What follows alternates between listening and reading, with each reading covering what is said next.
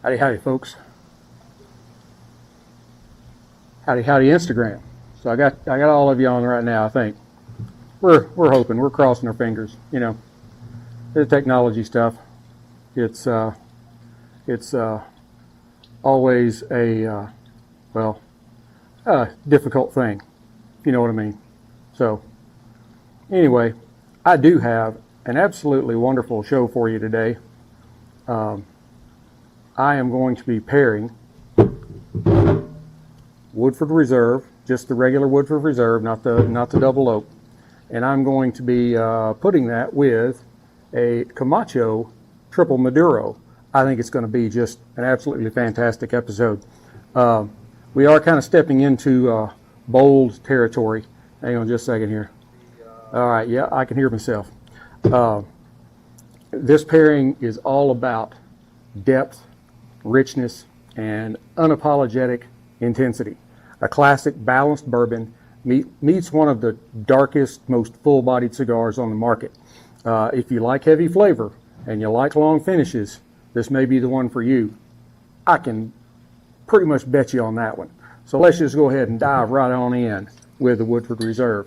This is a really, this is one of the more budget-friendly. I think the double oak's up around $50, $75.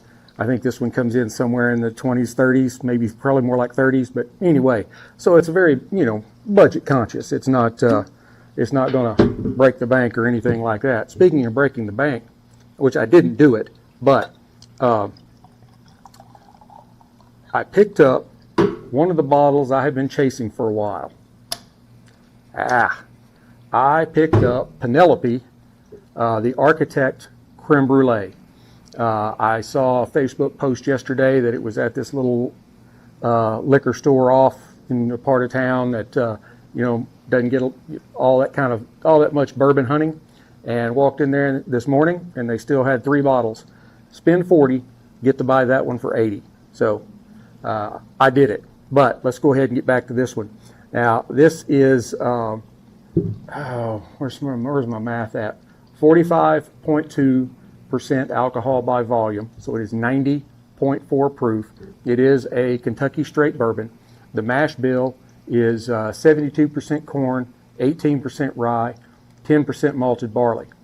Kind of the impact that mash bill has is the corn delivers a really nice sweet body, while the elevated rye percentage introduces some peppery spice and structure to it, giving this bourbon enough backbone to stand up to a full Maduro cigar. Try to give you these little nuggets of wisdom when people will ask me, they're like, hey, if I want to start smoking cigars, where should I start at? Start at the bottom. Start at the very, very light wrappers and work your way up. Training wheels. Training wheels are a good thing when it comes to spirits and cigars. Now, visually, I mean, look at that. Look at that bourbon.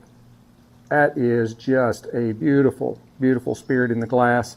That really nice kind of amber color, deep copper, something like that on the nose.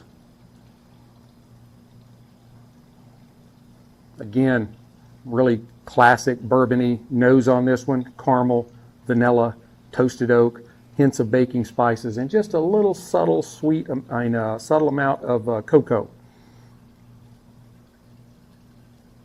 I'm watching UFL, Houston and Birmingham.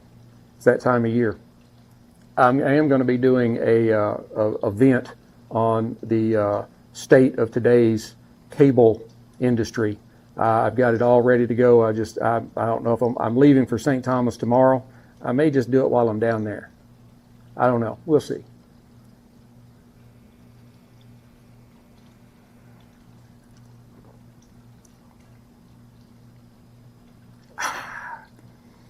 That's a really good bourbon.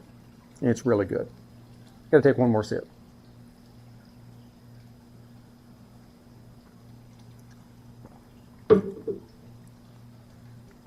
You get some wonderful notes of toffee and dried fruits, a little cocoa, some cinnamon, and a kind of a balanced oak spice to it. The finish is medium long to long. It does have some lingering sweetness, but there is a nice dose of pepper on your tongue, a little bit of burning around your tongue, and some nice dry oak. Sounds just delicious, doesn't it? It is. Now let's go ahead and move on, because we're trying to keep these under 15 minutes, right? The Camacho Triple Maduro. Camacho is one of the more well-known names worldwide in cigars. They may not carry as much heft as Fuente or Padron or something like that, but they make some really good cigars. This particular cigar, the Triple Maduro, is a combination of Honduran, Dominican, and Brazilian fillers wrapped in a Corojo Maduro binder, and all of that is cloaked in a beautiful Mexican San Andres Maduro wrapper. That's a lot. That's what she said. Construction, pretty much impeccable construction. There's quite a bit of molting, so you've got different shades of brown. When I first looked, or right here, I thought it was a barber pole. But it's not, it's just the way the leaf is. Anyway, it's, from what I can see outside this very large band, a medium amount of veining, tight but visible seams, a very nice double cap on it, on the nose.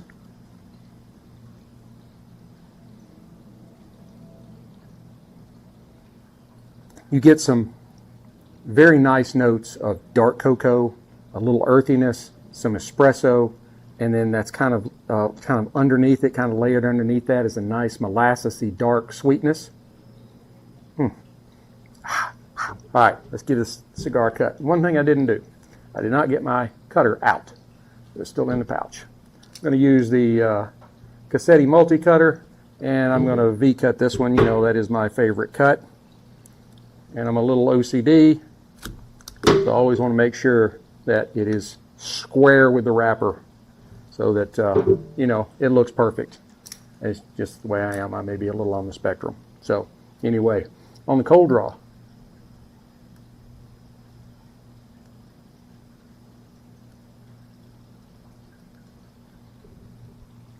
you get some wonderful notes of chocolate and a nice kind of raisiny sweetness. There's some black pepper and some really nice rich tobacco notes there. All right. Gonna fire it up. We're 7.5 minutes in. I think we can do it. I'm working with a new, hang on.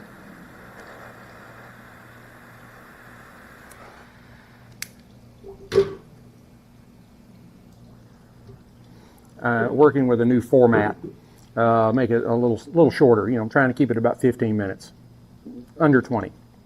Yeah, sometimes I get to talking. All right, here we go.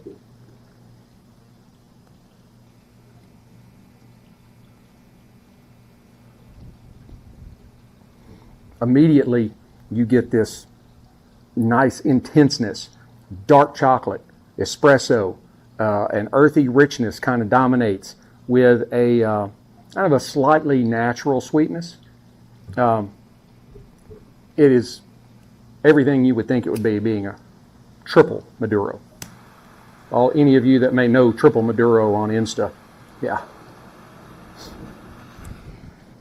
All right, now let's try them together.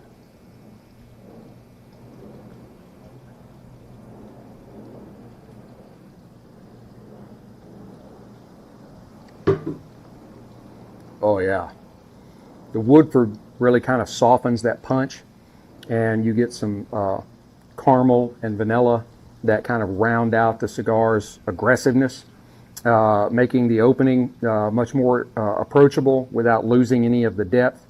The cigar actually kind of gives the bourbon a little of its own additional structure in its spiciness. They do go really well together. They do go very well together. Really, very, yeah. Okay. Less than 10 minutes and we're already here. because, you know, from here on, I'm just going to kind of give you the cliff notes. So if you were a subscriber on X, $1 a month, you would have already had the show notes. They went out before I ever got on. I'm trying to do better and get them out days in advance. I can't always do it. I try. I'm getting there. Stick with me. You're still going to get it before the show. Make sure of it.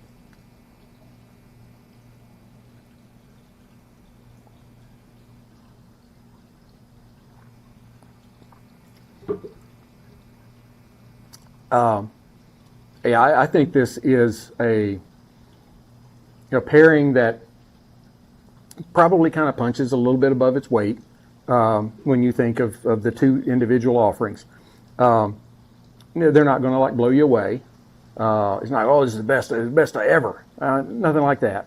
But as you progress on through the experience, the rye in the Woodford will start to show up, kind of locking in that cigar's pepper and spice, creating a nice, bold, cohesive, sort of mid-palate cocoa spice kind of synergy type stuff. And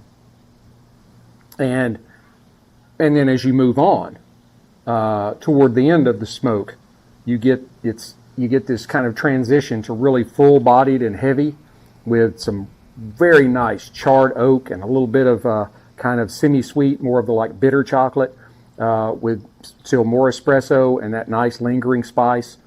The bourbon really acts as a balancing agent, adding that sweetness and preventing the bitterness from overwhelming your palate, keeping the experience kind of controlled and refined.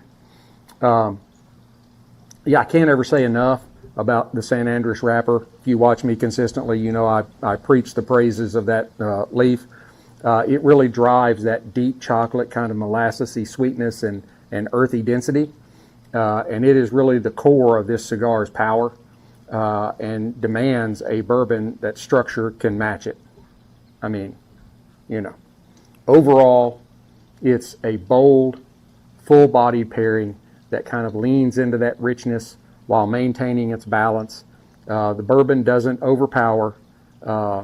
It managed to elevate the cigar's intensity, but still keeping it rounded and not unbearable. Overall, I would give this pairing 8.9 out of 10.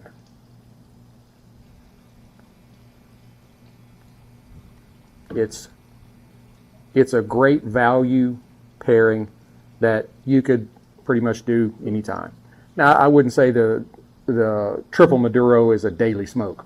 It's a little intense for that, but the caramel and the cocoa and the spice and the spirit and that dark chocolate and espresso and earth in the cigar kind of pair together, where you do get this cigar plus spice kind of power pairing, you know.